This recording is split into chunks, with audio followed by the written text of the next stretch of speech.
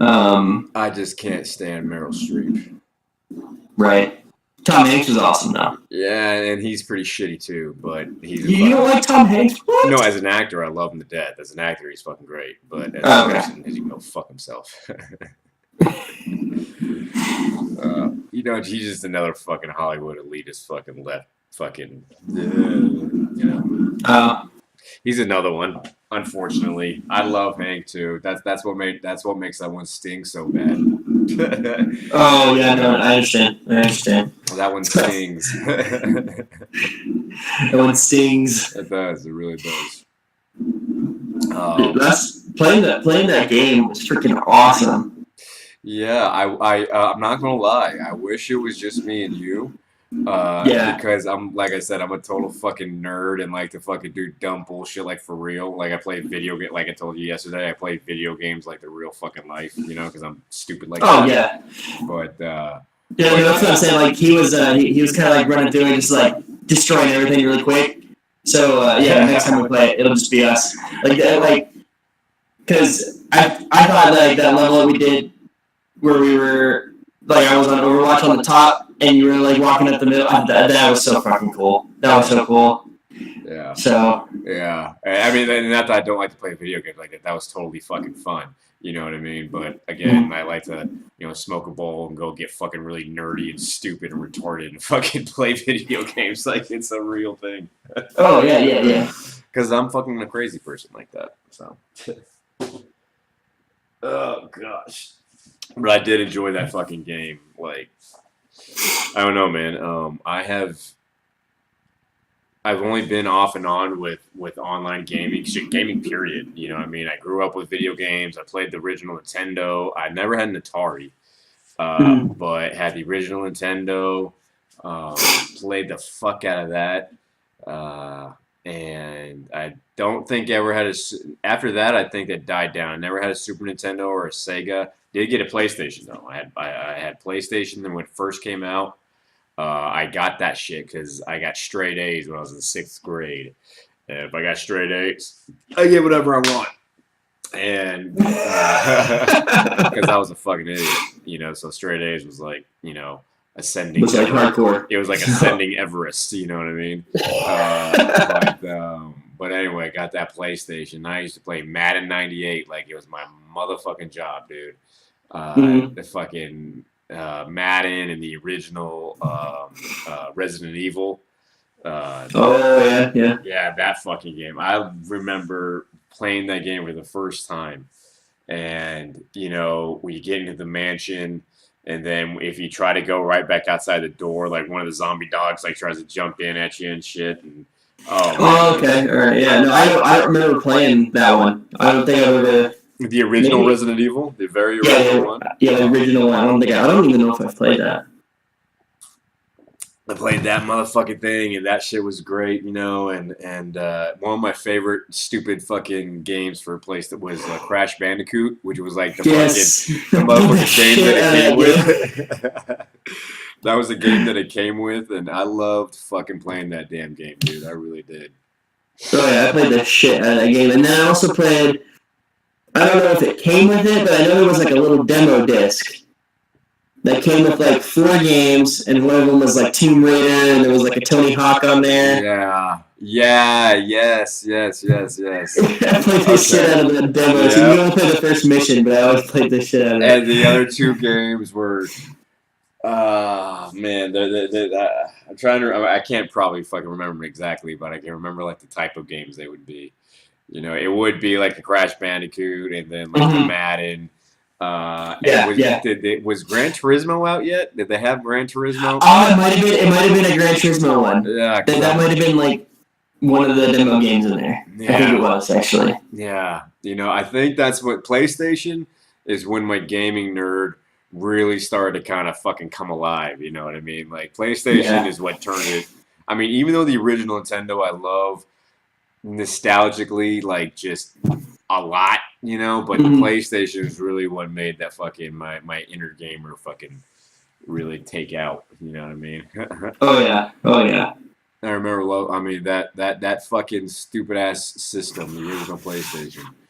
Oh no, and then Was it PS2 that Grand Theft Auto came out on?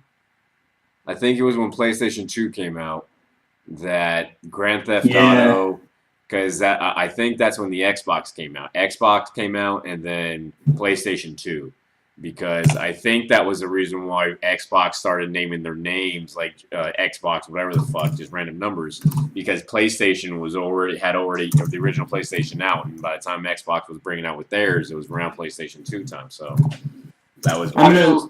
yeah, I'm gonna look that up only because I can't remember if the first Grand Theft Auto was like a top-down game, like an 8-bit. I can't remember. Um, I'm gonna move this picture over because I brought it down here so I can see it. and also, we're 19. So I thought of a kind of a cool idea that I wanted to start doing, like whenever I start doing recording a lot more and start doing podcasts a lot more, just Yeah. wherever I decide to fucking do it at, just throw whatever fucking random shit I have running around and make it look cooler. You kind of have your fucking set kind of some in motion kind of a thing. Yeah, kind of like wherever you are, your set can be type thing. Yeah, I just fucking set my shit up to make it kind of look cool for the background, not like a fucking, like a gypsy lives here. And, All right, so I looked it up. The first Grand Theft Auto came out in 1997, and it was on a computer. That was right around when I was, fuck. Oh no, yeah, damn, it did come out on a computer, huh? Holy Yeah, shit. it came out on a computer, and it was also on the PlayStation, I do believe. Yeah. Yeah, it no. was a top-down game. What's that mean? So like it's like you're looking down on top of your character's head. Oh, okay. Yeah. And it was like 8-bit, so Yes. That was like I remember. Okay. Yep. But the Grand Theft Auto as we know them. yeah, it came out on PlayStation 2 for sure. Yeah. And I remember how fucking huge that game was. That game was fucking crazy. But to back up a little bit, another system that I never had that I loved to death though was Sega. Sega fucking that system was fun as shit, dude. Yeah, you wouldn't know like a Sega Genesis or something like that. That was like crazy cool. That was the first one, the Sega Genesis, and that was fucking, Mortal Kombat and fucking, the fucking Sonic and Street Fighter and what was that stupid? Was it Earthworm Jim? Earthworm Jim was on fucking Sega. Earthworm Jim. Oh, Earthworm Jim was gangster as fuck, dude. Man, I'm having brain farts right now, but no, Earthworm Jim was gangster. So the Mortal Kombat was the reason that is the reason that the rating system was created. The rating system?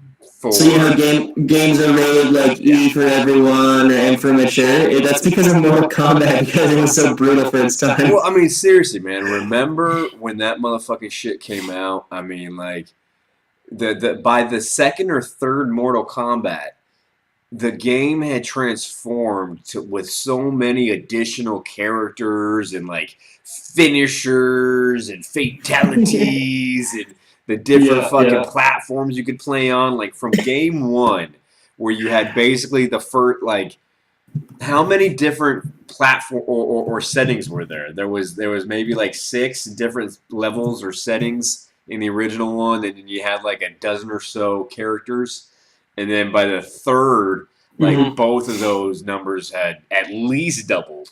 You know what I mean? Oh yeah, because like the first one, it was just like a bunch of little ninjas. Basically, they were all like basically the same character, but what? Scorpion and Sub-Zero were the same guy, different color. Yeah, different colors. So it was like Reptile and stuff like that. They were all different colors. And they kept on going on with that because they had Smoke and Rain and Reptile. And literally, it was like different animals and or reptiles, insects, bugs of some sort, arachnids, whatever they are. They just named them different colors. And now they have so many that, like, for like the new ones that come out, they don't have everybody in there. They kind of just pick and choose who they want, and they got like 12, 15 in each one. I remember, I forget which one it was called. I want to say Mortal Kombat Annihilation, I want to say, but Okay. it was one of the Xbox ones. I'm pretty sure it was the first Mortal Kombat to come out on Xbox, and it Okay. was a 3D environment, so where you weren't just going horizontally, but you could fucking adjust your movements like almost around 360. You know what I mean? Okay. And that game was I really liked. I played the shit out of that. Yeah, but fuck, man, those games were cool as shit. You know, I was thinking about doing this recently since we just started this thing up with a stupid ass Ghost Recon game that I see us getting Yeah. addicted to. That got me fucking thinking, and I wanted to restart and play the entire Assassin's Creed catalog from fucking the first one. So there's only one of them that's multiplayer, which really sucks. Like you can actually co-op in, Yeah. but like, I play Assassin's Creed like nobody's business. Yeah. Like, freaking love those games. When the other day when you're like, I'm raising the black flag on fucking Assassin's Creed, I was like, oh my motherfucking gosh. Because I haven't played Black Flag yet, and I know that's probably one of my favorite ones. The actual last one that I did play was, I believe, the Revolution one, where it's during the founding. Oh yeah. And So it's funny that I think that's number 3 I think it that is you play. You play as an Indian during the Revolution. Yeah, yeah. So that one. So if you look it up, the people who like, there's like a general. Yes, it's generally loosely based. Yeah, yeah. No, but if you look at like which Assassin's Creed, like in order, like from best to worst, right? Oh, well, it's rated. Okay, okay. The Black Flag is. I mean, it's not like all of them are different because it's all different people's opinions. But for the most part, Black Flag is considered like number 2 or number 1, like being the best. Yeah. And then the French, not the French, but the Revolution one is kind of it's not really that good. So you should definitely play Black Flag. I love that one, dude. The one for the that one's so much because I love that time period. But oh yeah, they're coming out with a new one. They're obviously they come out with one every year, but it's gonna be Odyssey, and it's gonna be in ancient Greece. Oh, fuck you! That's gonna be gangster as fuck. Oh yeah. Oh. Damn, man. And it'll probably be out by like Christmas this year. It's fucking dude, when video games are VR, when they're virtual reality, or you're just implanting shit and you're locking into like Matrix style fucking video games, and you can do back in time shit like from nuts. Dude, I cannot fucking wait for that shit. You know what I mean? Oh my god, because it's gonna happen. That's gonna be in our fucking lifetime, man. That shit's gonna happen with us. Oh yeah. And I am going to fucking use the shit out of it. I feel like the concept behind like the modern concept in Assassin's Creed, because there's always 2 parts to it, right? There's the part where you're the person who's jacking into the animus and getting in there, the character that you become, and then the character that you play. I feel like that would be really cool if we could somehow like relive moments of history. I don't know, like, that would be fucking awesome. Well, I mean, I'm assuming it's going to be something along those lines, right? Like once the technology progresses to a certain point, like everyone's going to have their like virtual reality, whatever it would be called, like kind of like in that show, Altered Carbon. Everyone is their fucking little life disc, whatever the fuck it is, but your body, it's going to be something similar to that, right? Right, yeah. It's got to be. But back to the video game thing, though, man. Like, did you see Assassin's Creed the movie? Let me ask you that. I did with Michael Fassbender. How I have not seen it. Is it any good? It's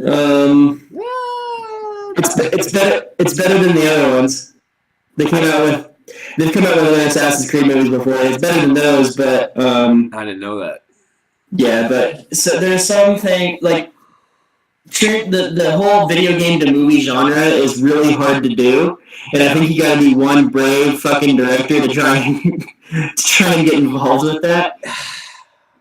Like, just because they usually tank pretty bad. So, like, I guess like box office wise and ratings wise, Assassin's Creed did not do good. Yeah. But I thought it was a decent movie. I thought it was okay. Well, I don't give a fuck about how movies did in the box office, man, because Hollywood itself I fucking hate. You know what I mean? I literally base most things, like argumentatively just debating, I'll fucking, use how good it did as an example. But for me personally, judging movies, I could give a fuck, Yeah, it wasn't terrible. Yeah. It wasn't terrible by any means. So, and I really am a I really like Michael Fassbender a lot. He's one of my favorite actors. So is that probably going to make it better for me? Yeah, it'll make it better. Yeah. One of the I do like the new Tomb Raider that came out though. Dude, yeah. Alicia, is that his name? Alicia Vikander? Yeah. Oh my dude, you can't look directly at her. You can't look her in the face. You can't look at her in the face. She'll fucking turn you to stone. Like you gotta just act like a deer in headlights when you see her.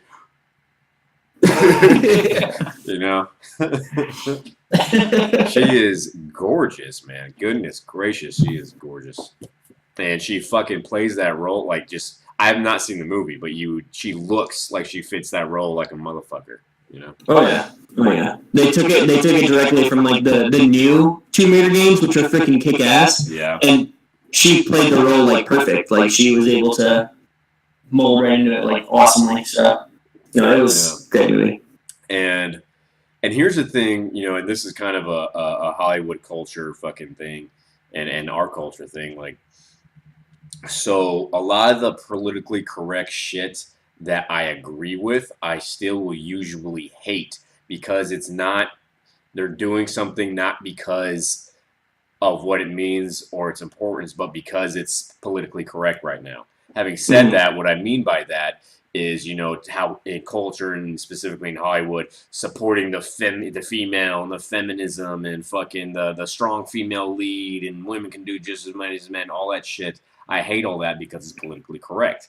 However, common pause for effect, being a father of daughters and a spouse to an active duty service member and a whole fuck ton of females in my life who I care about deeply who are service members, I love the gangster ass female and the badass woman just kicking the shit out of fucking everybody. Oh, yeah. And I love that aspect, dude. And especially if they do it right and really make that like believable and not politically correct. No, they're trying to push it too hard. Yeah. Yeah, exactly. It's like I love that fucking complete total dynamic, dude, of some badass gangster chick. Like that's why I love Valkyrie so much and the concept of the Valkyrie, and anyway, but I seriously I agree. I feel like when it comes to things that have changed in time, that's a good one. I feel like that's a good one that we have reached being able to, It's always been like that, man. Like women have been just as gangster as motherfucking men throughout human existence. You know what I mean? But regardless of the culture, that way. Yeah, well, regardless of the culture, that doesn't make it go away. That doesn't make that not true. The culture and society can be as horrible as it is, can be as instinctual and primal. As primitive as it is, because it has been. 99.999% of fucking human existence has been very fucking primal culturally, and towards women. However, that doesn't mean fucking women has caused women to be gangster as fuck for, the whole time. Man, Stephanie and I watched a documentary, The Queens of Egypt. And, that's so funny that you say that, dude. Dude, the Queens of Egypt, and what's cool about it is it never once mentioned Cleopatra. Yeah. So there were so many other ones that it didn't even decide they wanted to talk about Cleopatra. They were so badass, just like man, and it sucked because they had to like wear, because they still had in their culture too, because they still wore things like that chin hair thing that came down. It still made you look like a man. They still kind of like they dressed like a man essentially, but they were women and. Oh yeah, they were so badass. And well, I mean, how can you really say that? What do you know what a man dressed like back in the day? Right. Exactly. Right. So that could have been something feminine back. You know what I mean? Like, There was one. I think it was. I want to say it was one of the women that was married to Xerxes at one point, but when she died, she ended up having her own burial tomb that was like so much better than Xerxes. And it was like, and she had inner tomb going down it. She had stuff painted on her walls that was like basically all against Xerxes and everything. And her entire tomb was like pristine. You'd have to watch. I'll find it and show you what it is so you can watch it. But it's freaking awesome. So as I was sitting in my garage just now, waiting for you to make your coffee, and speaking of that, I'm gonna have to take a break and make another cup soon. I was watching the Joe Rogan podcast that he's having, right? They just had a couple days ago with Robert Saki, or I forget how to say his name, but he's a geologist. If I'm correct, I can't. Anyway, and specifically talking about ancient Egypt and how our concept of ancient Egypt right now and a lot of the facts are changing. You know what I mean? A lot of the science is causing these to change, like the age. And the actual fucking history of a lot of the things, specifically the Sphinxes and the pyramids, have way different fucking histories than what we know. And anyway, I was only getting like 10 minutes into it, not even by the time you called. But I was fucking loving it because it's all the shit that I love. It's old stuff, and fucking. They kind of start digging into philosophical fucking things, like just the possibility of things being different than what they seem, you know what I mean? And that's what they kind of go into, and he touches on that briefly, like, I'm not a believer in any of this kind of stuff, and these kind of crazy, but just being open to the possibility that things could not be, what the dogma of the day, specifically that's what he says, the dogma of the day, and I always interact and talk with the screen when I'm listening to Joe Rogan, or any podcast, but I was like, yeah, man, because due to technology and things like that, with things getting better, it's changing the facts as we know them, man, and I mean, we're literally gaining more and more information every day, so wouldn't that only make sense that the facts of the past change with the more information that we take in, So isn't that to be expected? But anyway, it's just, it was super cool. I was totally good. It's we watch Curiosity Stream. We subscribe to this. It's a documentary channel that's out on Amazon. So we subscribe to it, and one of them, it was talking about scanning the pyramids, and this is actually a very recent thing. This is like within the last couple of years. Yeah, the additional chambers and all that kind of shit. Yeah, they found the additional chambers using some crazy science. Is that still legit though? Is it still legit? Because I've heard they got debunked. I don't know. Check it out. I don't know because really? I don't know for sure. That's what I'm asking. Check it out. Like, that might have gotten debunked. Don't quote me on that though. Okay. Well, if it's true, the whole scanning it, and when they found that chamber, and they're like, it's still going to take a really, really, really long time to get in there. They have to develop the technology to figure out how to get in the chamber. And I'm like, I was like, part of me is like you got to preserve it. Part of me is like, you have to preserve it. But then the other part of me is like, fucking blow a hole in that bitch and see what's in there. That's what I told you. It's like, how do we drill a motherfucking hole straight to that bitch? I know we can do it. No one's gonna give a shit if you put like an 1.5 hole inside of that rock and just fucking look inside.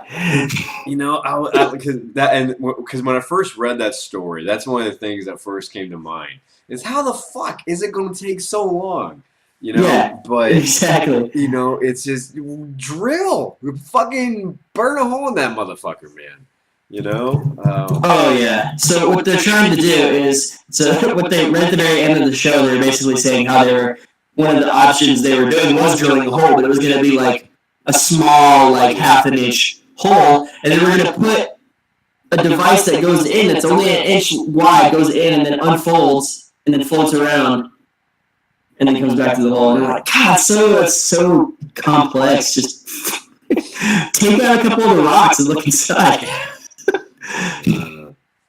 No, like that. That's so. One of the other stories that I love from recent did you see? Just let me fucking stop really quick.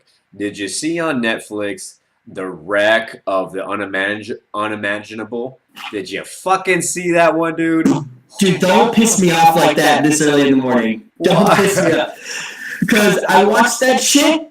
I fucking watched that shit. Stephanie and I did, and we're sitting there like we thought it was the coolest shit. And I'm like, we've never heard about this, but they discovered like the most amazing things. And then at the end, we figured out it's all just a fucking work of art. Yeah. And it made me just want to punch a wall. Yeah. You know what? You know what's funny, dude, is I didn't know it was fake until you just said something. I thought it was real. Yeah, dude, I didn't know. So it's all fake. That go figure. Go figure.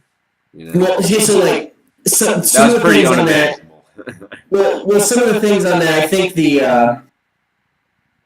was based around some of the things they found. So like they found that little statue that was missing the head, right? Yeah. I think that's a real find. But then at the very end, what got me was at the very end they show it's like Mickey Mouse essentially. At the very end of it, they show Mickey Mouse holding a kid's hand as a statue that looks like it's all covered in like coral and shit, and I'm like, fuck. Yeah. And yeah, no, that really bummed me out. That's funny. Now that my dreams were crushed for that thing, 'cause I thought it was real. I'm sorry. What was the other fucking thing? Damn it! No, what was the thing before that? Son of a bitch! Oh, okay, yeah. And this was actually a couple years back. This was only a handful of years ago, and this was definitely true. But down in South America somewhere, there was a team of archaeologists that had discovered this forgotten civilization, this forgotten city, these forgotten fucking people that had been said in legend to have been fucking, wiped off the earth by a plague. You know what I mean? Like they had fucking pissed off, whatever, and been cursed. Mm-hmm. And all the people died, fucking, and just disappeared, and were in this really bad way. And so this team of fucking discoverers, they find this place, and not long afterwards, they all started developing these flesh, these boils.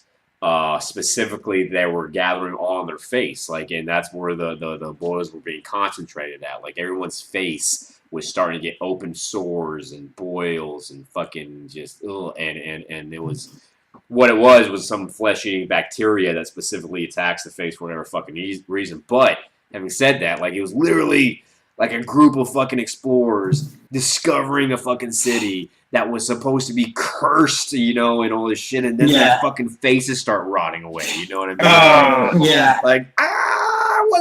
You know what I mean? Like, what are the philosophical possibilities there? You know what I mean? Like, yeah, Jesus. The supernatural, I'll say that. The supernatural possibilities there. Holy shit. So I read a book recently about. Let me see what it's called here. It's called Pirate Hunters. You're a pirate hunter. How fucking gangster would that be? A pirate hunter would just be like a U.S. Marshal today. Anyway, sorry. Yeah. But they call it that. But there were a couple of divers that searched for Joseph Bannister. He was a pirate. Searched for his ship called the Golden Fleece, and in exploration, the hardest thing to find, it's known universally that the hardest thing to find is a Golden Age pirate ship, because there's no way to prove that it was a Golden Age pirate ship. So if you find it and there's something on it that says that says it's the Golden Fleece, or something that they may have stolen that is actually recorded as on there, or something like that, then you can prove it. So it's a really cool book about how the only information they have was that it sunk in 20 feet of water off, and it was visible from this point and everything like that. And so they're going around this entire area trying to find it, and just all the shit that they had to go through to find it. Like they almost got shot at and and freaking robbed by people and stuff, and it's a really cool story. But they find it by, what was it? It was like a gun barrel. They find it it was actually sunk in 20 feet of water, so that record was true. They found it an actual 20 feet of water, and then they found like a gun barrel that was, it's like the octagon gun barrels. Yeah. And they figured out, they got it dated, and it was dated back to that time, so they figured out that what they were looking at was the Golden Fleece because it was in the right location. It sunk in 20 feet of water. Everything was about the history about it was it just lined up perfectly, and so it's like so cool to I don't know. I just feel like shit like that is just awesome. It's like discovering something that is like impossible to find. Yeah, you know, that's gangster shit. Oh yeah. Yeah, man, that stuff. I nerd out like a motherfucker on stuff like that. Like, you know, the story. Like, I was very intrigued when you said that it's called the Golden Fleece. You know what that spawns from? It's isn't that biblical? No, is that biblical? It's mythology. Okay. Because I knew there was something biblical with a fleece, but I can't remember. It's from a story called Jason and the Argonauts, and Jason was seeking the Golden Fleece. I forget. It was either some kind of ransom or some kind of proof, but it was a journey. He had to go seek it, and I forget for the reason why exactly.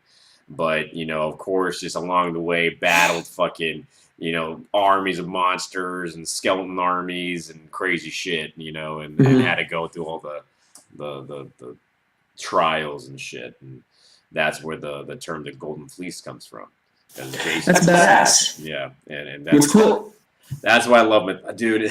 That's another fucking thing that I love. That's old, man. Specifically, is mythology. Old Norse mythology, Roman Greek mythology. You know, I mean, just I relate so much to that perspective. You know what I mean, and that lifestyle, and like that's why I want to believe in reincarnation so bad. You know, I mean, I really do. I don't, but I want to. One of the coolest things about, because it tells the story of the Golden Fleece and how what he did with it. And Joseph Bannister was one of those like fuck you pirates. Because he used to be he didn't used to be a pirate. So if you've seen the show Black Flag, is it Black Flag? Black Sails. You've seen the show Black Sails. He's kind of like Captain Flint. He took off, and the Royal Navy started hunting him. Well, he went to an island. He had 2 Royal Navy ships after him. He beached his ship on an island to where the Royal Navy couldn't see his ship.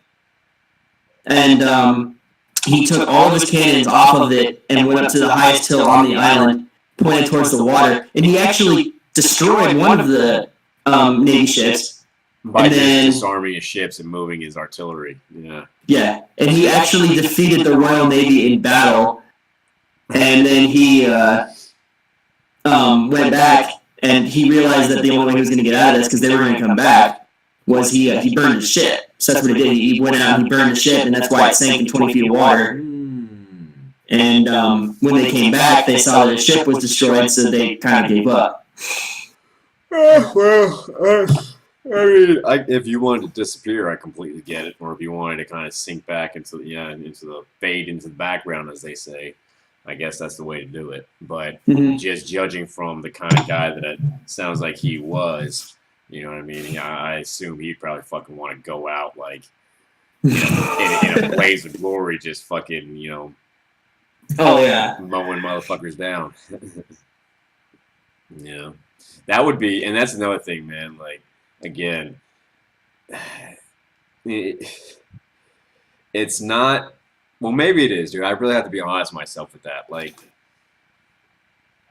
the kind of life to where when you go outside of the community you live in, and anything outside of that community you live in is dangerous. You know what I mean? Like, your life comes in serious jeopardy due to whatever the fuck, because you're wandering out into the fucking wilderness. You know what I mean? Much like back in the day. You know what I mean? Like, you had no idea what the fuck was going to happen to you when you traveled, when you went on a journey. You know what I mean? When you're not by the safety of the walls of your city, when you're outside, it's like a wild land. Completely open. You know, and that aspect and that way of life really resonates with me, man. You know what I mean? It really does.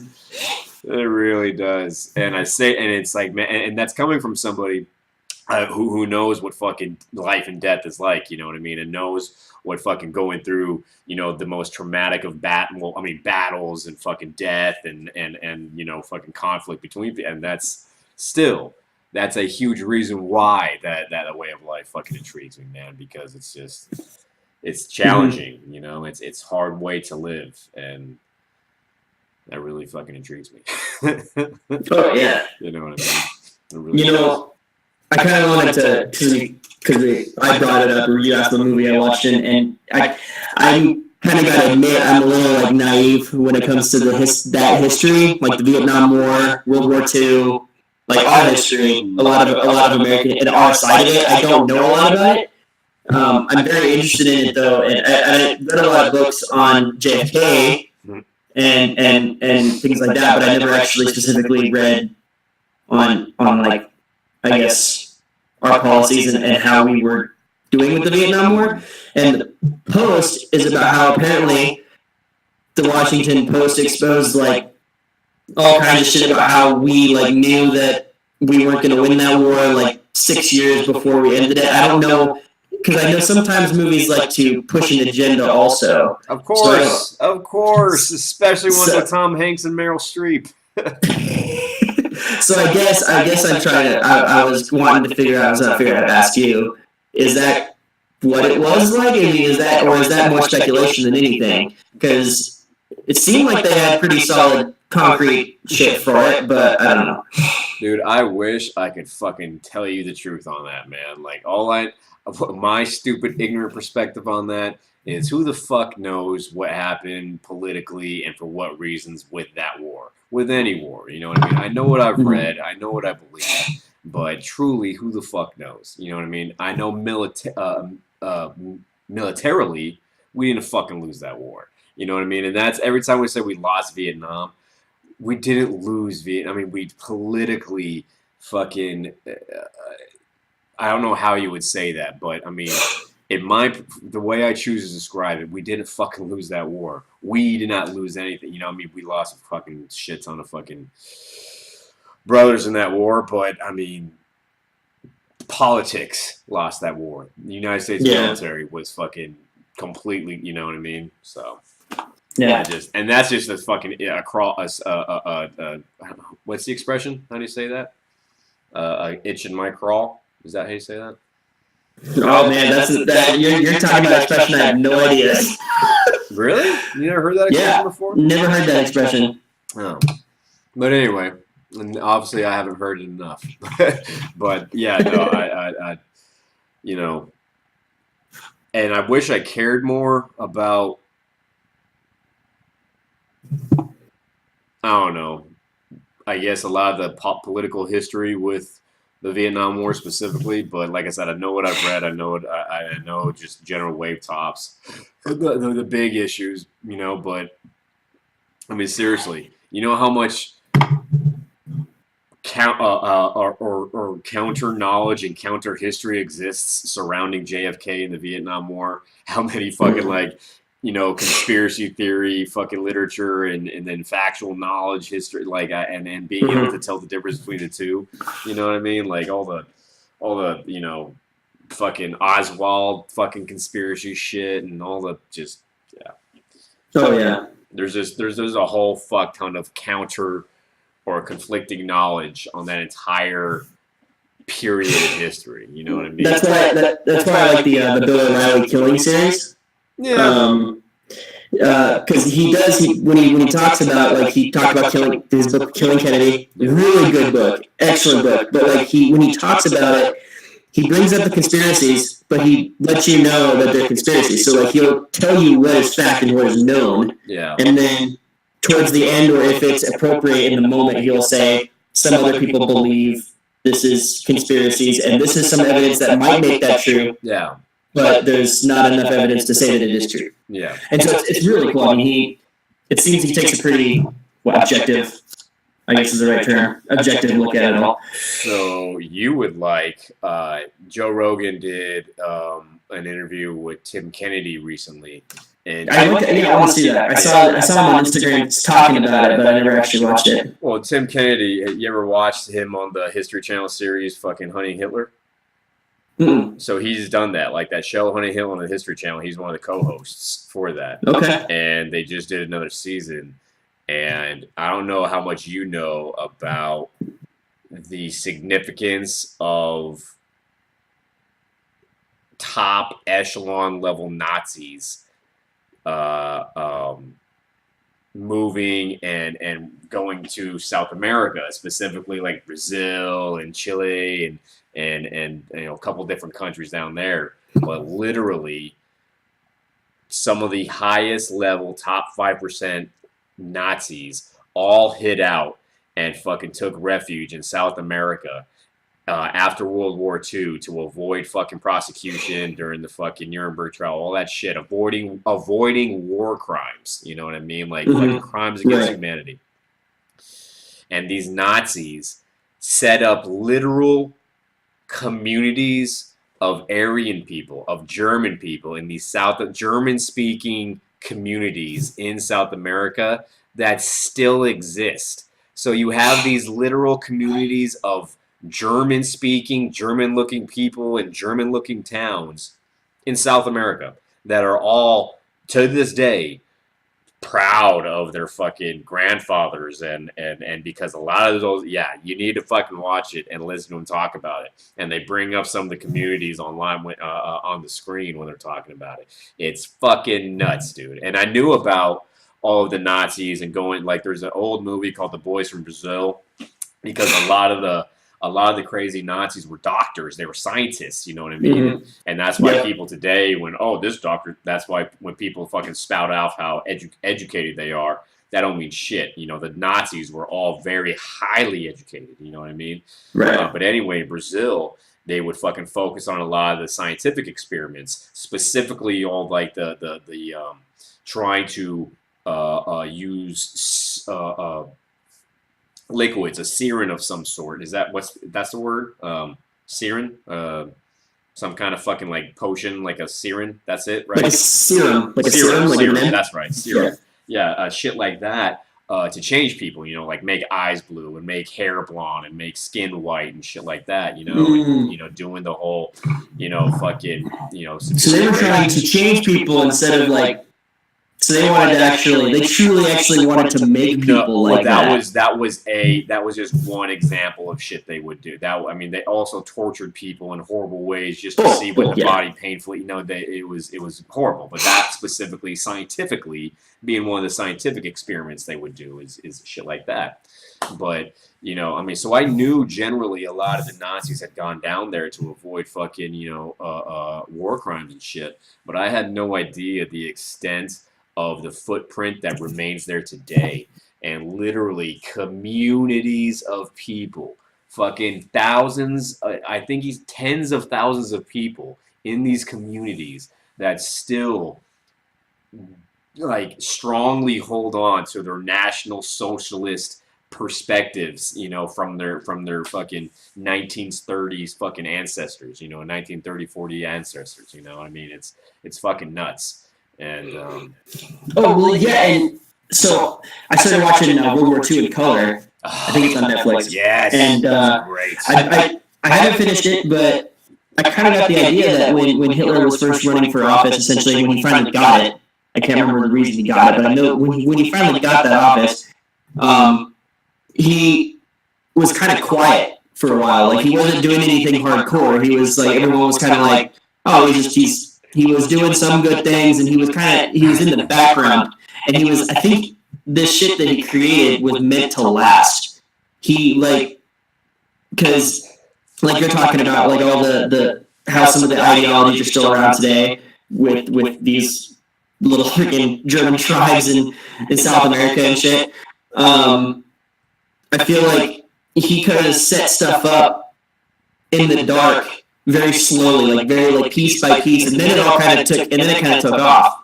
Well, because he didn't do anything for like 2-3 years.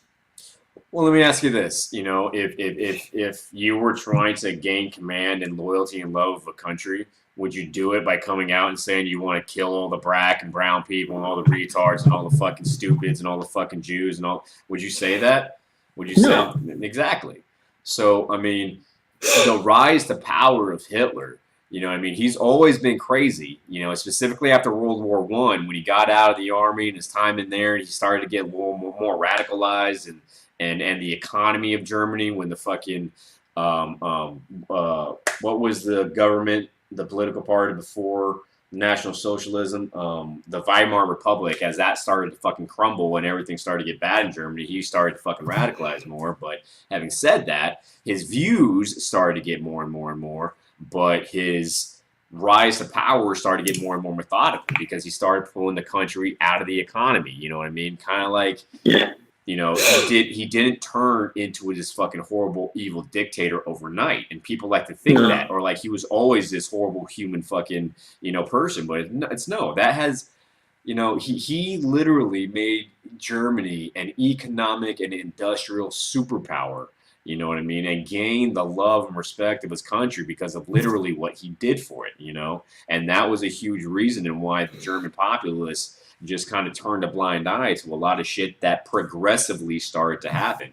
He didn't Yeah, come because he out started right away. making like little. He started doing little tiny things, making little tiny laws, and you know, Yes. you kind of see some of that shit happening here. Hey, A the little bit. Jews Give can't little fucking laws. yes, and that's exactly what happens now. You know, it's like, oh, you know, these Jews can't fucking own businesses, or you have to fucking, you know, do your business over there, or you have to you can't eat here in certain place, yada yada yada, and then correlate that to today's time, like these Christians can't be over here, you know, and these fucking Christian symbols can't fucking be here, or these Islamic fucking people can't be, you know, and it's you know, and now with this outrage culture, like, oh, this person tweeted this, they should be fired, and this person did this, and they should That's be a good fired, word. and That's a good way to describe it. Outrage culture. That's a really good way to describe it. Because that's exactly what it is. we're addicted to outrage.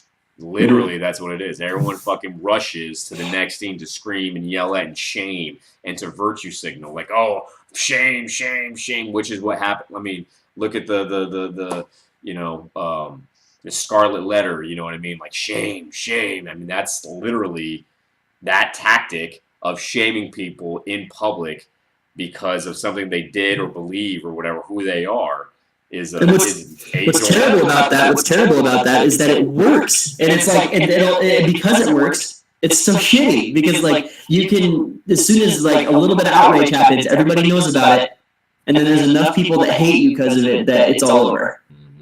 You know what I mean? Like the whole Roseanne thing. You saw the Roseanne shit. Oh yeah. Who knows what she meant?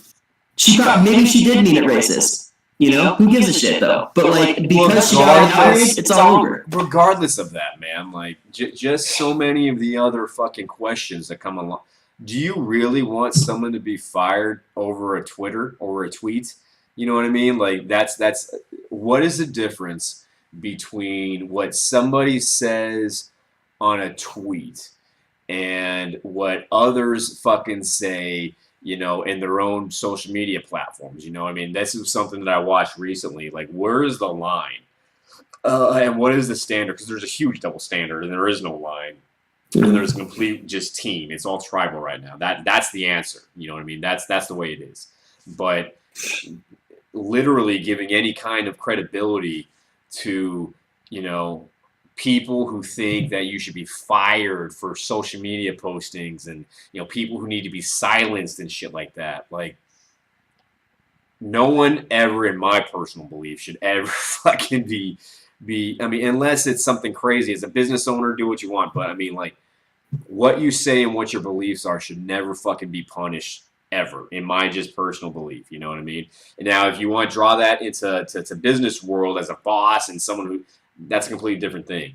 But the suppression of belief and thought, I think, is one of the most horrible things you could fucking do, is thought suppression, thought, you know, and that's what this outrage culture produces, is this self-righteous perspective of my beliefs and values are, you know, better than yours, and yours are horrible, and shame on you, and you know, this person deserves to be tarred and feathered and run out of fucking town, just like back in the day, you know. And Yeah. and that's what it produces. And there's an old saying, and I forget where it came from. I'm pretty sure it came out of either the Russian Revolution or during the Holocaust or something.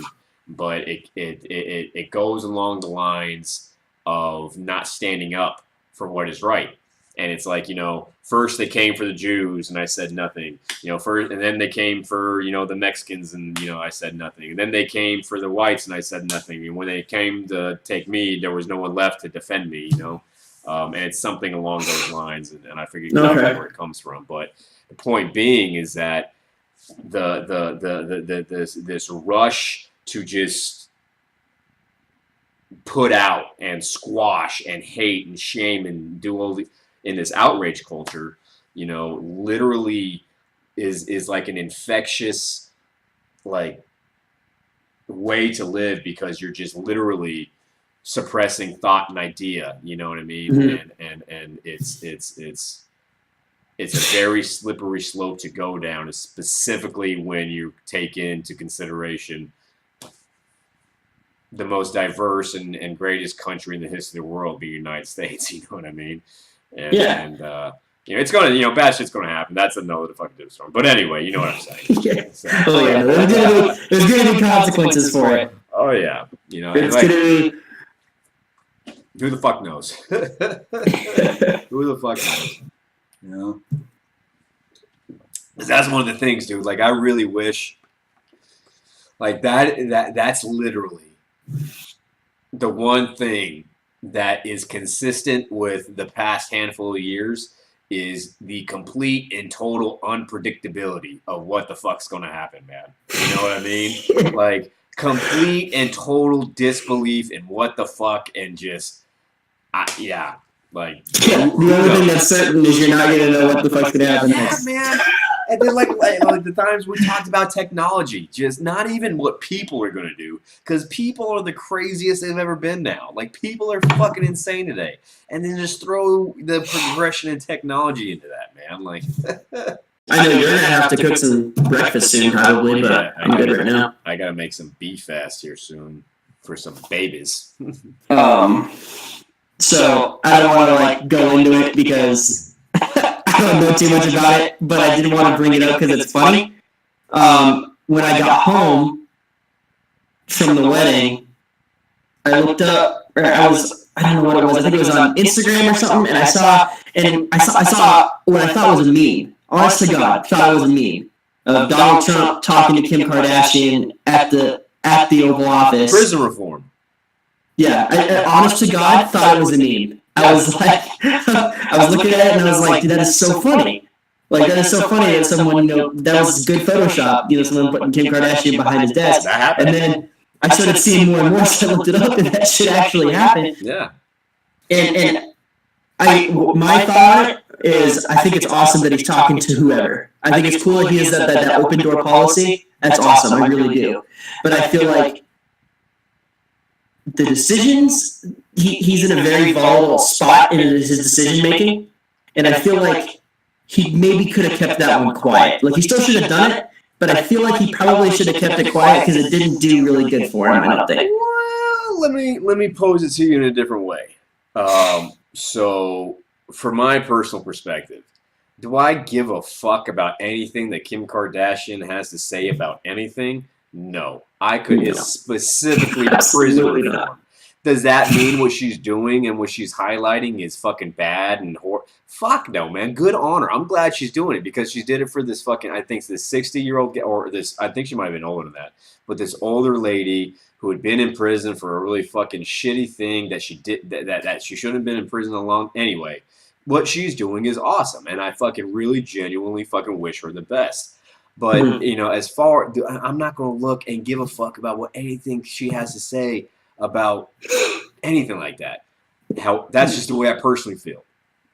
For Donald Trump, if I'm the guy who's the president of the United States right now in our culture, that the news and Hollywood and the media is making out to be bad guy number one, the most racist, misogynistic, horrible guy in the fucking world, what if I had Kim Kardashian come into the Oval Office and we had a great conversation and talked about prison reform and letting the little old lady out And then Kim Kardashian came out and said how much of a fucking good time she had with the president. How in the fuck would the rest of the media and the news and all these self-righteous fucking media, you know what I mean? Yeah. I mean, how can they still be credible? How can they still be credible if I'm having people like Kim Kardashian come to the Oval Office and then coming out and talking about good conversations and good positive things? You know what I mean? How can I be evil if, and that's what he's doing right now, which is an amazing yet potentially scary thing. But the economy, what he's doing with fucking celebrities and shit like that, he is gaining a lot of admiration and respect because the unemployment level is like one of the lowest it's been in fucking a long time. And then he's really starting to be like, look, I'm not this horrible guy. Look, these people like me. I'm a good dude. All this kind of shit, you know? Yeah, he's like, that's a good. I didn't think of it that way. I didn't think of it that way. Just saying. You know, you gotta look at what's your battle, man. You gotta pull it back and look at the big picture shit. You know what I mean? Like, and that right there, do you really fucking think that Donald Trump made any kind of policy decision right there on fucking prison reform or anything talking with Kim Kardashian? Fucking no. But he sparked fucking conversations like we're having right now between people who fucking think that, you know, are debating back and forth the importance of that. And all he did was fucking make this good fucking dog and pony show about how cool he is hanging out with Kim Kardashian that earned him a lot of good media, you know? Yeah. Which was another fucking win in his column for the cultural battle. Because here's the thing, man, media and the left wing fucking all the leftists can say all they want, do all this fucking want, but what Donald Trump is literally doing is winning the crowd. He is winning the love of the American people. So the media and Hollywood and all them can fucking shout and rage and piss off from their high towers because they live in their bubbles. But Trump is literally growing because the economy's doing good. North Korea's back fucking down. He's doing shit. You know, he's literally. And I don't even like the guy. I didn't vote for him. I would still not vote for him.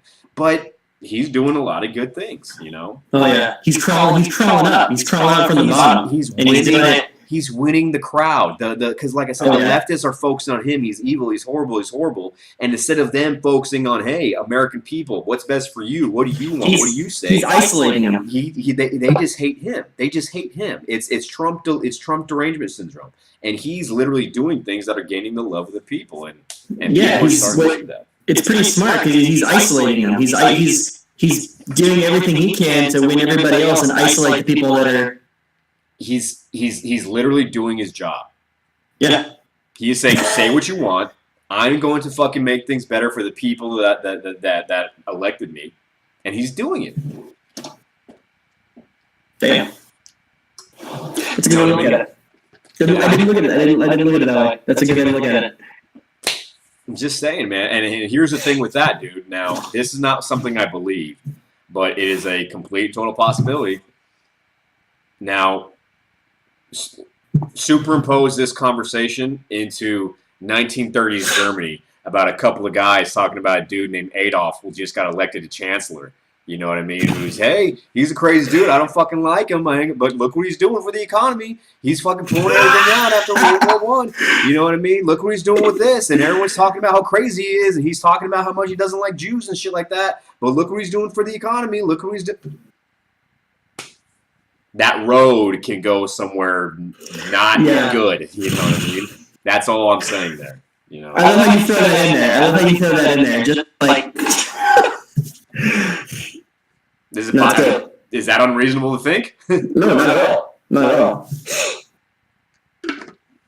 Not at all. I mean, because didn't he? Wait. I remember he made a comment about gun control. I remember they were talking about it when it was. I think it was after Parkland. Yeah, it was after one of the recent one. Yeah, he said some really horrible shit about gun control. Yeah. Yeah, like he was actually like. It's almost like he switched parties for a minute. I was like, you can't do that. Like, you can't just sit there and half the U.S. population voted for you to defend that specific reason. To defend that thing, and then you just straight up say like, we need to do something about it. Like, dude, you can't do that. Like, you can't. Yeah, well, I mean, either way, man. Like, I mean, for for me personally, man, like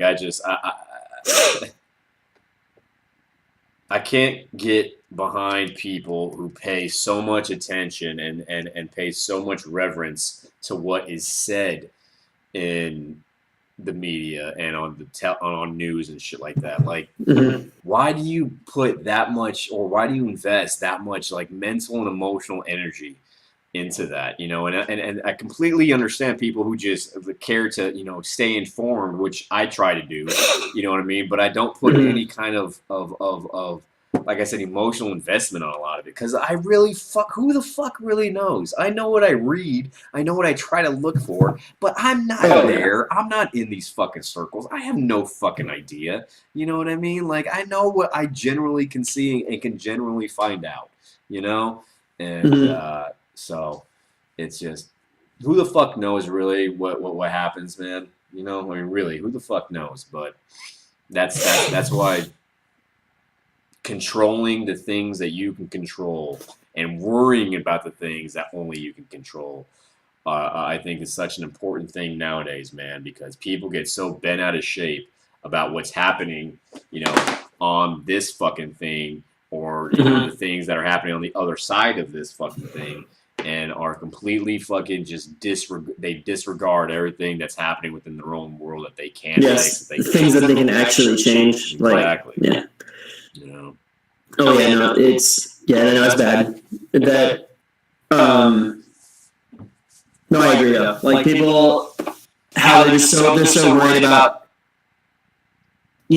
things that are completely outside of their understanding, and because I mean, you hear one thing about politics, and it goes so deep that all you hear is the headline, all you see is the headline, and then you form an opinion and get mad about it. But there's so much behind that headline that nobody understands, that nobody even sees. Well, that's why conspiracy theorists boggle me, you know. So flat earthers, you know what I mean? Okay, no, well, I mean, so the Earth is flat. Okay, what does that change about your life? Yeah. Like they're more concerned about convincing other people that the world is Well, flat and like I than said, anything. regardless of the belief, dude. Like, I believe some pretty crazy shit, and I don't fucking look that. I genuinely, and sincerely try as hard as I can to not look down on anyone for what they fucking believe. I try to do that, Mm-hmm. but it's just, my question is, okay, you believe what you believe. It's true. How does that affect your life? Right. You know, and so Mm-hmm. that's why, and even then, man, like, what people who just believe what they believe, and don't try to convince anybody, or not convince, but don't try to force their opinions on everybody else. I love that. People who can or just talk about what they believe in and not give a fuck if you believe it or not. Those are my favorite kind of people. You know what I mean? Like, you're crazy and totally comfortable in your craziness. You know what I mean? So, Mm-hmm. like, I hate the people that have their fucking belief systems and try to force that onto you. You know what I mean? Or, this is even not conspiracy theorists. Oh, I can't believe you think that, you know, Trump, or, oh my god, you know, you're really, you know, Yeah. the condescending, pretentious tone. Like, how do you think that, or like, you fucking, it bothers me. Now, having said all that, yeah, I just, Oh you yeah. know, how does your belief system affect your life? You know, that's what I like to say. Exactly. Exactly. It's all. I mean, it's all up to you. It's all how you let it affect your life. Because it's just a belief. What you like. What you're. If you think the Earth is flat, like you said, it doesn't change anything. The sun still comes up. You know what I mean? You're still alive. Like it's not gonna. You still go to work every day. It's not like Well, whether or not the Earth's flat, and I believe that or not, isn't gonna affect how you live your life. well, You know? you personally, I don't think you believe that the Earth is flat. But say No. today, just, you know, like in the next fucking 2 minutes, scientifically it was proven that the world was flat. Would you really give a fuck? For a moment, I would be a little mind boggled and be like, "What the fuck? The Earth is flat." But like honestly, like it's not going to change what tomorrow's going to bring. Like I'm still going to get up, still going to go to school. It's like nothing will change really. But I'm just saying, man. I mean, like, if your life gets changed by the world being flat, it's because you changed it, not because the world did. You know what I mean? Like, yeah, the world being flat tomorrow And if your life took a shit, it's not because the world was flat. The world's always been fucking flat. It's because you fucking let yourself get mentally fucked by the world being flat, and you fucking let you know what I mean? Like that. There's a couple things though that I feel like don't fall under that idea though. All right, continue, good sir. All right, so I feel you were saying that like the belief system really doesn't affect what's going to happen to you, whether you get up in the morning or flat Earth specifically. Yeah, flat Earth specifically. So what I was saying was some things that I believe that would actually that are considered beliefs. I believe if they were proven true, scientifically proven true, would actually affect the world and would change things drastically. And one of them, I believe, is if we found definitive proof of a higher power, whichever one it be it. Like if we found definitive scientific proof of some kind of a higher power, I feel like that would change things in a huge way. I feel like that would, I mean, because wars have been over religion, right? Now imagine if one of them was proven scientifically to be true, what that would do to the world. I mean, that would isolate one faction, essentially, of the world to be right and everyone else to be wrong. I don't even think that scenario,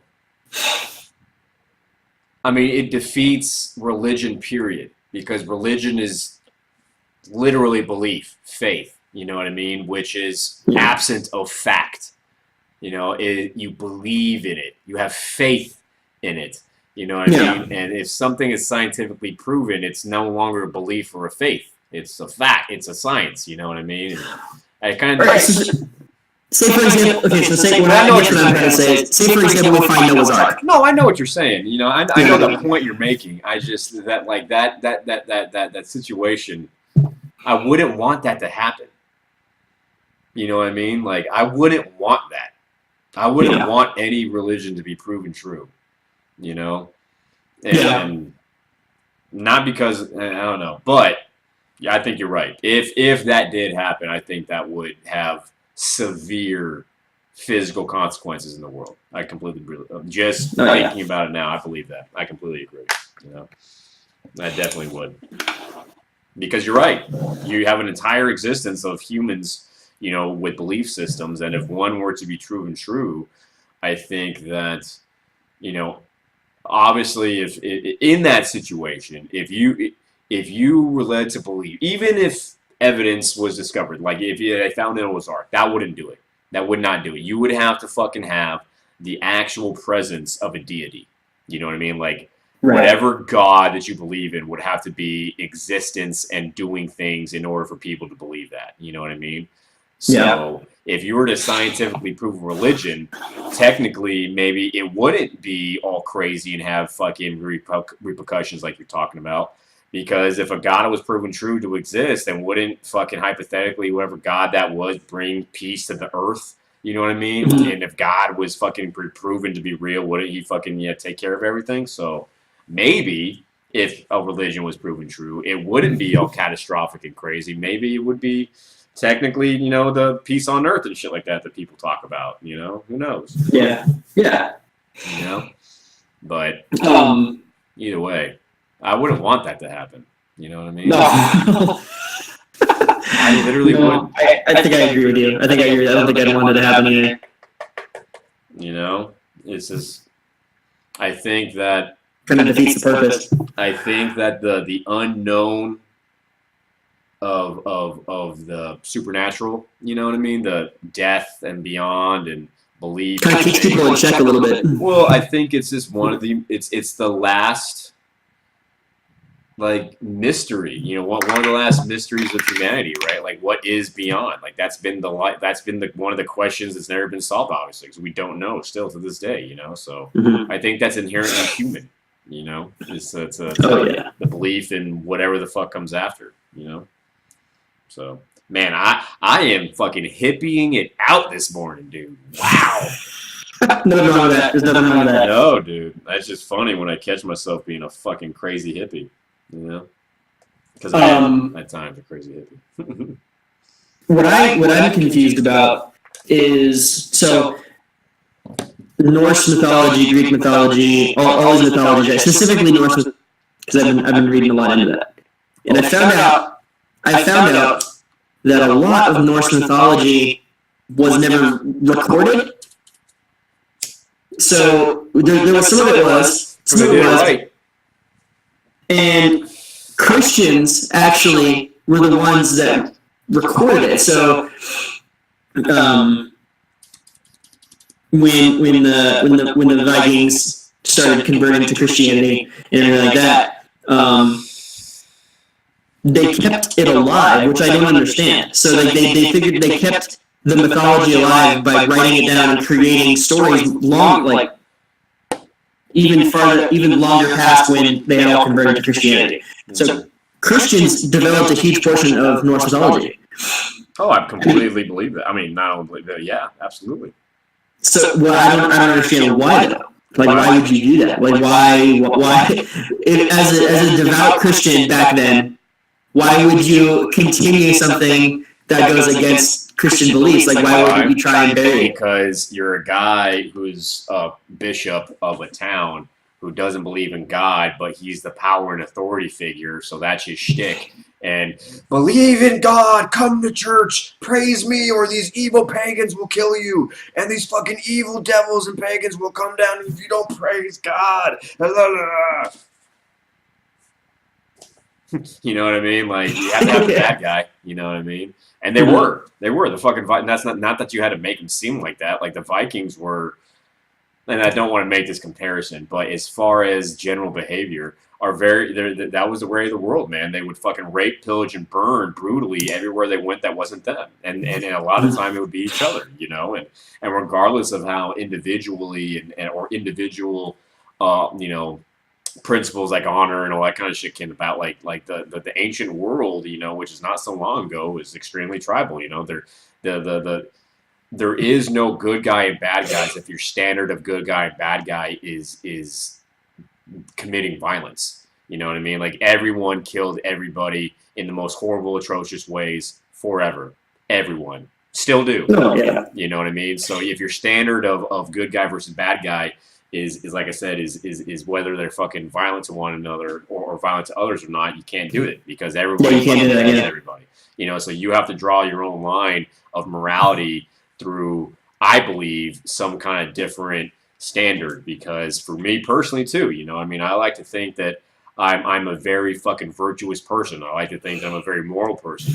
However, does that mean that I'm not capable of committing some fucking pretty atrocious violence on motherfuckers? Nope. I mean, I have and will do again. You know what I mean? Like, no, that makes sense. That makes sense that when you said so the line that they had to draw, since it couldn't be violent, since both sides were violent in their own horrific way, they had to draw a line, and so that line was religion and belief. So that's why they probably. So that makes sense. That's why they kept the Viking mythology alive, so that they could have a bad guy and they could draw them to be the bad people.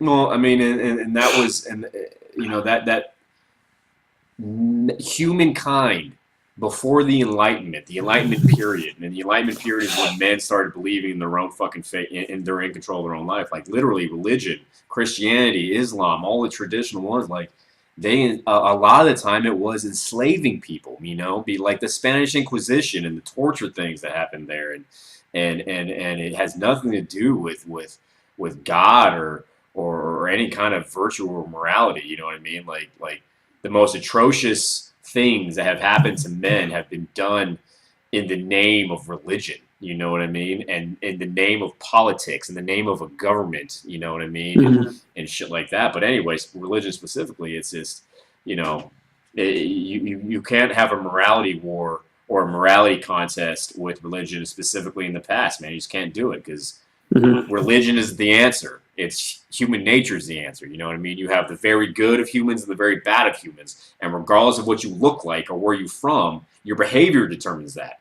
You know what I mean? How you treat one another, how you fucking, that's what determines, you know, where you fall on that scale. Not what you look like, not what you call God, not where you're from, how you treat other human beings. And unfortunately, you know, even though, like I said, you can't really do it on a violent scale, you do it on a morality, like how do you willingly treat other people? You know what I mean? And just because you fucking say that you believe in a God doesn't mean you fucking treat people horribly. You know what I mean? Oh yeah. So, and that's a lot of the reasons why I'm not a practicing Catholic anymore. You know, because I was raised confirmed. My faith was a huge part of when I got sober. Was a huge part. It was a huge part of my life for my entire life until I got out of the Marine Corps.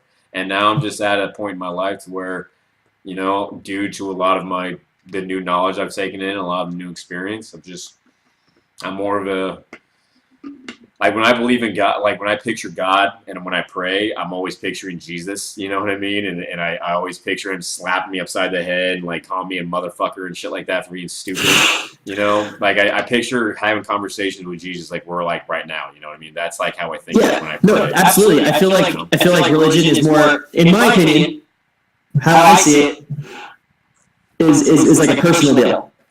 It's your journey specifically. I don't believe, because I feel like if God or Jesus were like, if they're up there right now and they're looking down at us, they're probably thinking, that's not exactly what I had in mind, guys. Like, you guys are really fucking this up. That's how I see it. Well, I mean, it's free will.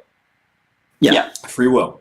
You know what I mean? You have the free will to choose to do right or choose to do wrong, to do good or to do bad. You know, and I think that's, looking back throughout history, that's the inherent thing, is free will. You know, what man's own destiny is it, you know, fucking God or gods or fucking none of which is, you know, it's your free will to choose and believe and live your own life the way you see fit, man.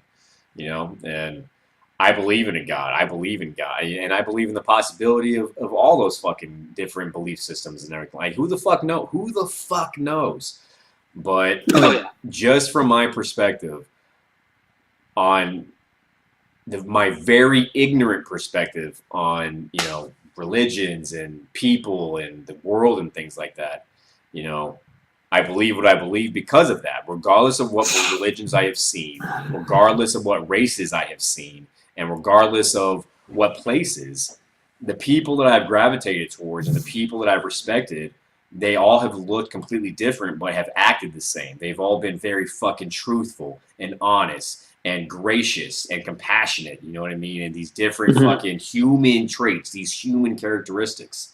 And all the fucking people that I don't, and I have looked down at and really kind of been repulsed by, have basically done the same thing. They've all looked completely different, but they are all selfish and vindictive and deceitful, you know, and these human traits. So, like, for me, like I said, belief system and where you're from and what race you are doesn't mean shit to me. You know, it's the way that you live your life, you know, the characteristics and the traits that you embody, you know what I mean? And you can have any belief system in the world, be from anywhere in the world, and look like anything and have all those. You can have all those traits and be from anywhere and believe in anything, you know? And I don't know if that makes sense or not, but that's Oh, yeah, no.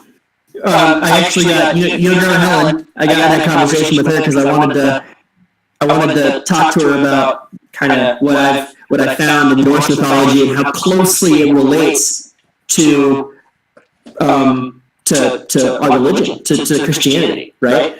And so, like, a couple of the things, and she was a lot more open to it than I thought she would be. I thought she would, I thought she'd be a lot more like fire and brimstone on me, you know? That's what I thought too. When I brought it up, I brought up how, like, the origins, so like in Norse mythology, and tell me what this sounds like, in the creation of man, Odin found two pieces of wood that floated ashore. They were made of ash wood and elm wood, and he carved them into human beings and breathed life into them and named one, I can't remember the names of it, but they started with A&E, like Adam and Eve, right? And I was like, wow. And then I started telling her how, like, that's similar, but then they started talking about, like, giants and stuff and how it's not similar. And then she was like, but we had giants too. We had an entire, the Bible says that we had an entire race of giants. And I was like, that threw me off, because then you think, like, Goliath was a giant, essentially. So, the similarities, they keep I don't know, they keep going, and it's crazy. So like she's talking about how the giants came from a place, just like in Norse mythology, the giants come from Jotunheim, right? So I don't know. I feel like the amount of similarities in there are nuts, are crazy, and there's too much to overlook. It's the similarities are too much to think that it's completely different. Yeah, I love listening to conversations. Like Jordan Peterson's really good at it, but he has historical. I gotta watch more about him. I seriously gotta look more into him because I've heard so much about him lately. He's amazing. He's absolutely amazing. I'm halfway through his book, and it's awesome. It's fucking awesome. But anyway, he goes into a lot of the historical religious reference, you know what I mean, and does a lot of the historical fucking into Judaism and Christianity, and that's, I love listening to talk about it because, you know, I am not scholarly. I am not. I don't know scripture. That's what I would say. I've read the Bible. I read a lot of. I was, you know, but I cannot just sit there and recite scripture and shit like that. Yeah. You know, I can't do it. But as far as my beliefs with that, man, like throughout my entire life, I don't know if I've ever just believed that everything in the Bible is true and everything else outside of it is wrong. I don't think I've ever held that belief ever in my life.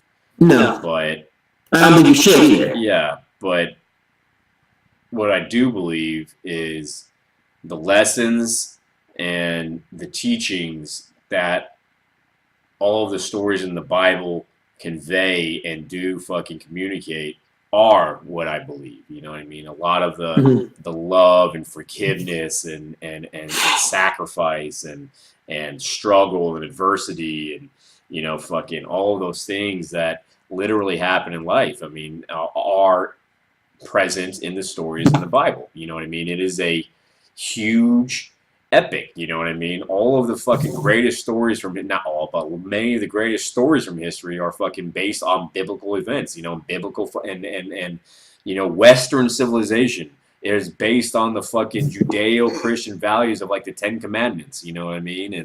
And like that's when something like people who bash on religion, you know, is one of the first things I would like to ask. I'm like, okay, so what do you believe in? I don't believe in anything.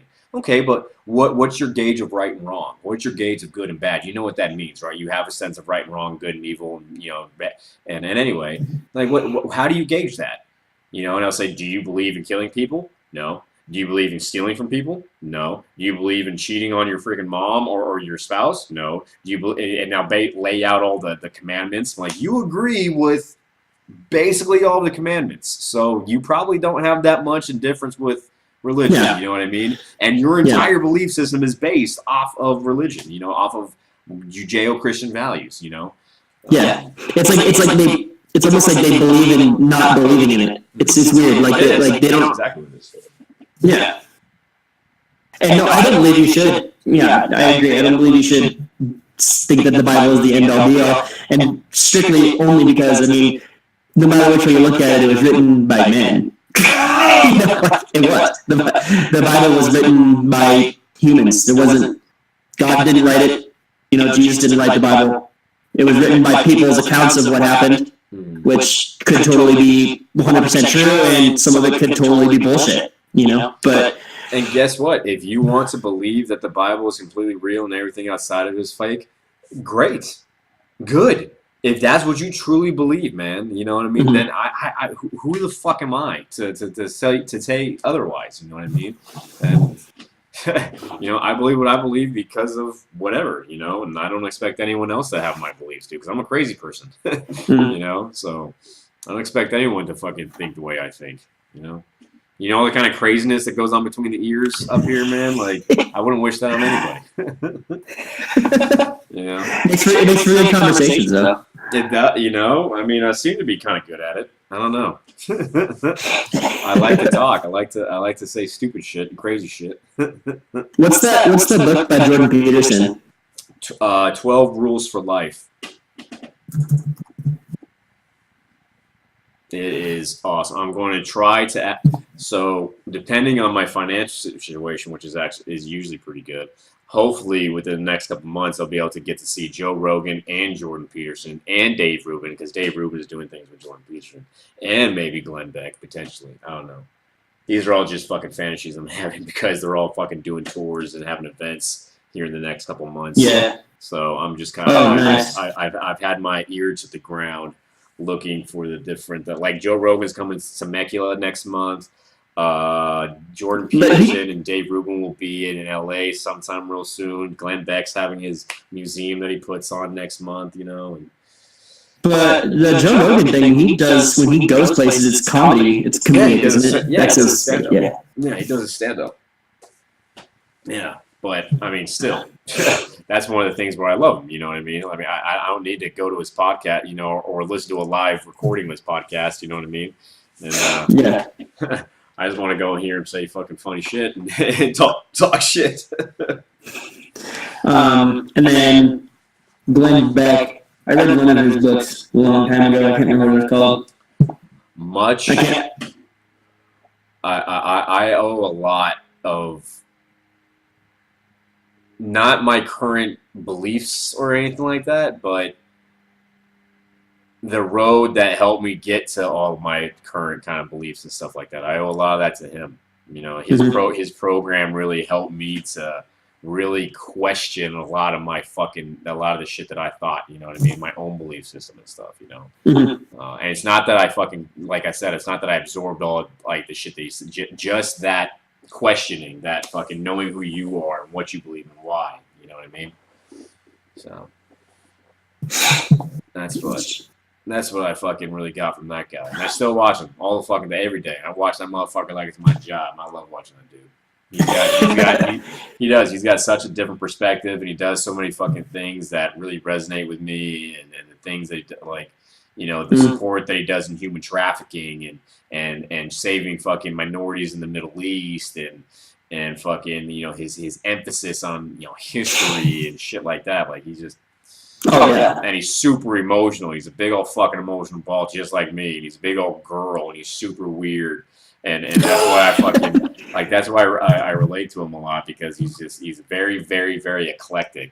And I think I would like to describe myself as being a very eclectic person. You know what I mean? And I think that's well, you're gonna have to forgive me. I don't know what eclectic means. Eclectic is varied, very a lot of mix. You have a lot of variety, a lot of different things. You know, I have a lot of different fucking interests, and I have a lot of different fucking perspectives and opinions and things that, you know, eclectic is. If I always say you have an eclectic movie tastes, it means you like all movies from every background of every genre. You know, same thing with music. You have a very eclectic music taste. That means you like all music. You know, so sweet. Yao Ming and shit like that, dude. And I'm glad you asked that, because I do that shit all the time, because I intend that. So I'm gonna dump my purse out on you really quick.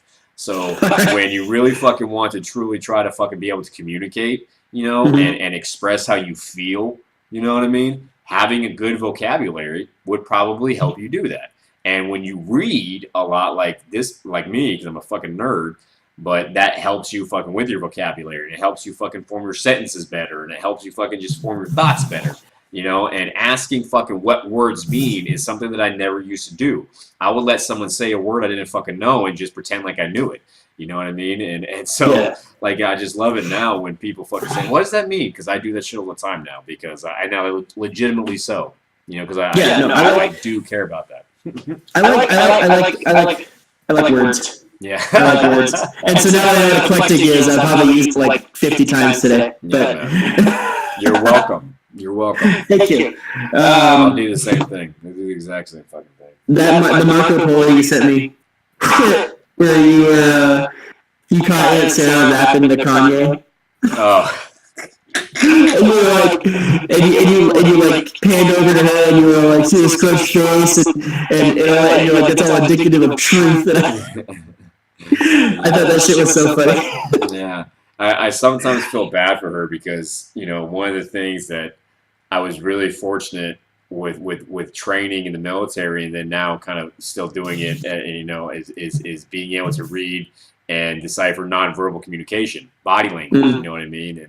And not horrible at it. So it's I mean, it's. I feel like it's a lost art, and I feel like people actually need to learn it because I feel like it'd help things go a lot smoother in life. And there'd definitely be a lot less awkward situations if people knew how to read body language. That's for sure. I don't know about less awkward situations, but I'll tell you what, man. When you can decipher people's intentions and what they mean, and you can pick out truth now and then, it's a cool skill to have. You know what I mean? Because it's a skill, and it's perishable. But the thing about it is, if you like it, it's addictive, and you can do it every day of your life because you're doing all the things. All you gotta do is observe. Just sit back and watch. Truly watch. You know what I mean? And before you do that, if you inform yourself on what exactly is you're watching and what it means, like if you ever fucking get trained on any kind of have any class or training or book on nonverbal communication and body language and facial expressions and what that means, and you're able to identify the different aspects of human behavior and the different emotions that that certain expressions fucking convey and shit like that, it's it helps your communication. It helps you gauge where to keep people as far as, trust and relate, you know what I mean? And that's, look at it. Before he even came there, I'll bring it back up. And I was like, and I was talking about he's a snowflake, and you're like, no, he's not, and got, super defending him, and like, I'm telling you, he is, and that's just because everything about him says that. Every single fucking thing in his speech, his body language, everything. You know what I mean? You just can see it. You know what I mean? Yeah, that was definitely an awakening time. That trip, it was. Yeah, it really was. I'm still soaking that all in right now. Dude, I don't give a fuck about it at all. I really don't. I care about how you care about it. You know what I mean? Like, that was fucking hard for you, man. That must have sucked. I mean, like, if you remember in the conversation when I was talking to fucking homeboy, and then I looked directly at you, it's like, I'm gonna turn this on you, man. And why do you like him? Because like I really felt that you were really. I knew you felt horrible. You know what I mean? Because it had to have been rough for you. And at the same time, I'm like, why did you fucking, like, and I get it. Military bond, got that whole fucking thing. But, I mean, you really willingly, like, did you not think that would happen? I'll be honest. No, I didn't. I really didn't. Because that's not an. And so, like, I'm not really good at, like, reading people or seeing kind of how it's going to turn out. So, honest to God, I've never seen that part of it before. How many times have you guys been drunk together?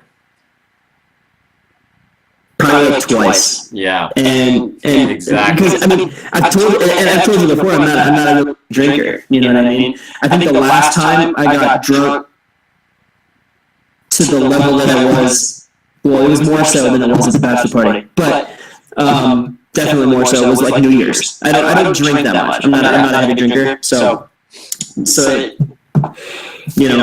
never really around him when he was. So, what kind of people did you guys hang around when you guys did hang out?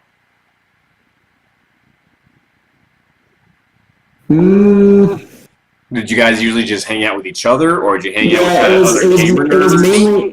It was mainly just us. It was mainly just us, honestly. It wasn't really other people. There was one time where we hung out with some other people, but I wasn't there very long, so I didn't see how it turned out. you know, and you know, the more you ask these questions, the more I understand why you're asking them and what you're getting at. I can see that. And yeah, no, I was completely. I can honestly say I did not see it coming. Yeah, I know you didn't. And that's why it fucking sucks so bad for you, huh? Yeah, no, it was rough. It was rough. I know. I knew it was. And that's like, I don't give a fuck, dude. Like, I could give two fucking shits, but I knew that just sucked for you, you know? That was shitty. Oh, yeah. Oh, yeah. And the only reason he didn't get his shit stomped in by me is because that would have made shit work for you. That's the only thing that saved him. You know what I mean? Oh, yeah. That's it. Because nothing bad would have happened to me if I would have fucking wrecked that guy. Nothing bad would have happened. I had no consequences. I had absolutely zero consequences of fucking that dude up. There was absolutely no downside except for me having the gratification of fucking whooping the shit out of him. You know what I mean? And I didn't just because you wouldn't have liked it. You know what I mean? We were at the bar. Cass finally. Cass has a moment too. Yeah, you saw it there too. You saw the moment. He has a breaking point, and he almost reached it. And when we were at the bar, and he came down while we were finishing up that game of pool, and Adrian tried to flip the fucking pool table. Like, I saw Cass walk up to him, and he like leaned in and whispered. And I don't know what he said, but Adrian was like, "Yes, sir," and like walked away. And I was like, Cass is there. He's at that point. Yeah. You know? Yeah. He's lucky, man. He's really lucky. He really is. You know? Yeah. Because that's what I told him too. I told him there at one point when it was just me and him, I was like, "You're not dealing with the people here that you're used to dealing with. Like, these people don't just like they're patient, but they're all patient to a point, and they're not afraid to take it past that point today." And I was like, I can only defend you so much. Like, eventually, like, I'm just gonna step back and let you freaking reap the rewards of what you're doing here. Yeah, man. You know. You know, honestly, talking so. And I think Messi brought this term up that I really like, but secondhand anxiety, I think it was. And so it's like, you see The Office, right? Mm-hmm. I get so much, I guess, like secondhand embarrassment from watching that show. Like, I cringe if I'm watching it alone. I'm like sitting there, I'm like, no. It truly makes me feel like anxious watching it. And so, like, just talking about that gun control argument that we had right now is like giving me that secondhand anxiety. It's funny. Shit. Well, it's weird because what exactly is that? Like, why do you feel that way? Like, what is it that I don't makes know. you feel that way? I don't know. For me, what I think it is like I legitimately think that I feel pity. I don't know if it's pity, but I feel embarrassment that you can think that. You know what I mean? And I think that's where that emotion is like that like, oh my gosh, you know, and it's not from TV, but like specifically in that conversation, like, how in the fuck can you believe that? You know, and that's it's I'm almost embarrassed, but I think for me, that's a condescending emotion. This is a flaw of mine that I've had my entire life that I'm just recently like coming to terms with. But I've always like everybody around me. I don't give a shit how I feel, but like as far as like everybody around me, I want everybody to just to be happy. And I know that's not possible, but I wish that like literally everyone in my circle, my life circle, could just be happy. So that's why every time like my mom and Lynette talk about each other, I'm just like wanting everyone to be happy. And so whenever there's like an argument and I can see that it's going south, it gives me that feeling like, I just want everybody to be happy right now. I crave it, dude. I like, and you know why? Because none of that's gonna go away until you confront it. You know what I mean? Like, it's going to fucking remain that way until you fucking do. So it's like, look, Okay, conflicting fucking parents. You know, unfortunately, in a lot of life, you can really weigh out and compare a lot of shit. So you know what? Who's the motherfucker who does the most talking, and Mhm. who's the motherfucker who actually does what's most for me, like loves me the most? You know what I mean? Like does more for my life, makes me more, truly cares about me and what I want. Who does? And unfortunately, you can compare that. You can find that out really quickly just by standing the Mhm. fuck back and really paying attention. You know what I mean? And as cold as that sounds, like you're picking sides between people, look, if you're tired of emotionally getting fucked by people in your life, stop investing a lot of emotional and mental energy towards them, man. You know what I mean? Know who Yeah. they are, know where you stand. You're like, look, Shit. I'm tired of fucking being hurt by your fucking ass, so sorry. You know, and that sounds cold, but Oh yeah. you know, I'd It rather makes, I it would, makes sense though. It makes sense though. yeah, and I would rather save all of that energy, all that emotional and mental energy for people who would reciprocate that than I Mhm. would for fucking people who just want to suck it from me. You know what I mean? Yeah, and I feel like that. I mean, that's probably the only way you can deal with that. That is, you just you gotta choose where you're investing your emotions at. It's negativity and positivity, dog. Like what? Mhm. Like if you consider yourself a positive person, you're seeking positivity truly. You're going to be fucking attracted towards that, and you're going to be attracted, or you're going to be fucking, you know, repelled by negativity. And people embody, you know, both negative, but unfortunately, there are more positive people and there are more negative people, and who Mhm. you gravitate more towards says a lot about who you are. You know, Absolutely. Oh yeah. Yao Ming, Yao Ming. lay some of that motherfucking damn garage wisdom down. Freaking garage wisdom, man. If you were gonna name a podcast, that'd be fucking kick ass. That'd kick ass. Garage wisdom.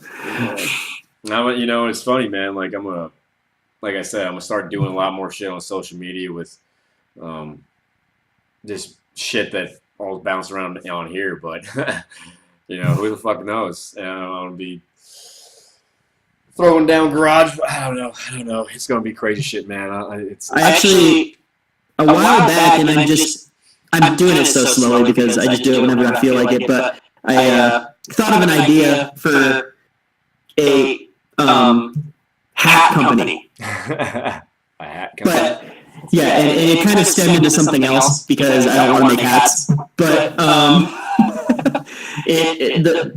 would call it recaps because it's badass because it works. But like taking like really cool parts of history and actually like making it into like a hat, or you know, like so. Let's say like just sticking with the whole we were talking about pirates earlier, and that's kind of what I'm reading too. So, like the golden age of piracy, like if you take the actual say a flag, a pirate flag, but the actual flag, what it looked like, the real, not what the modern take on like Blackbeard's flag is, but the actual Blackbeard's flag, like on a hat, or maybe like have like a date on there or something, you know, that is important to that time period or important to something about that. And I just feel like it would be cool to kind of make history cool, I guess. Like I think history's cool, but like make it more, I don't know, cool for other people, I guess. I don't know. Anyways, I don't want to make hats. That's not the point I'm making here. That's just kind of where I came up with the idea, and then so I just kind of I got another Instagram page where I just like post cool like historic things that are cool about history that I like, that I find is interesting. Yeah. And I call it recaps history. I just want and that's cool as shit. Yeah. I like the hat thing. You would definitely have to fucking find the way to make that cool. You could do it because in my head there's some like I'm imagining some cool looking shit, but it would have to be specific. You know what I mean? Because that could be really fucking that could be really cool. That could be so cool.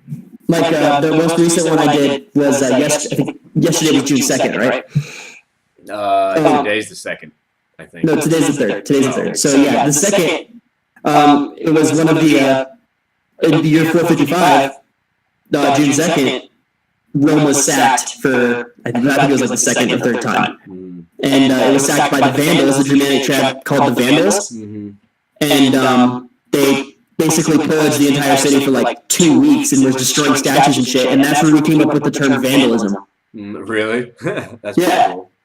And so like just shit like that, you know, I like stuff like that. And so I don't know. I've been posting stuff like that, which is kind of cool. I think that if you were going to make that into a hat, you would have to fucking incorporate the word vandal and then have and incorporate something else with that. You know what I mean? So the word vandal could be fucking, some cool font in some weird way and established 45 BC. You know what I mean? Or whatever the fuck. You know what I mean? Yeah, like vandal established 455. Like that would be sick. Yeah. And then, I mean, if you buy the hat or whatever, it comes with a description of why that's there. Some people understand it. And it has a little. So Zoo Foxtrot does literally that exact thing. When you buy a shirt from them, they send a little postcard of a citation of a badass war hero with whatever purchases you fucking get. So it would be something like that. Vandal, established for whatever, and then have the little cue card with the purchase about the story of vandalism.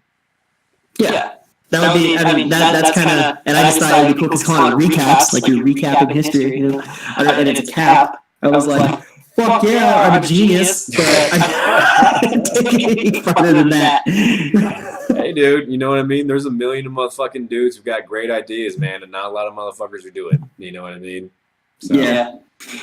I mean, and that's one of the reasons why doing this shit's so important to me, man, because it's literally just the first step. Every little baby step, every little fucking thing is a direction towards that goal I'm working for, Mm-hmm. and yeah, because I want to be able to have an apparel line, just make shit whatever the fuck I want, But put that on a motherfucking hat, put that on a t-shirt, you know what I mean? And be able to fucking do that, but not the apparel line. That's not, obviously, that's an aspect of what I want to fucking do, but yeah, yeah, the school idea is ever growing, always evolving. They making it more of a like Xavier School for gifted youth. Making it like I really want to make it like a war college. You know what I mean? Like a fucking gangster college.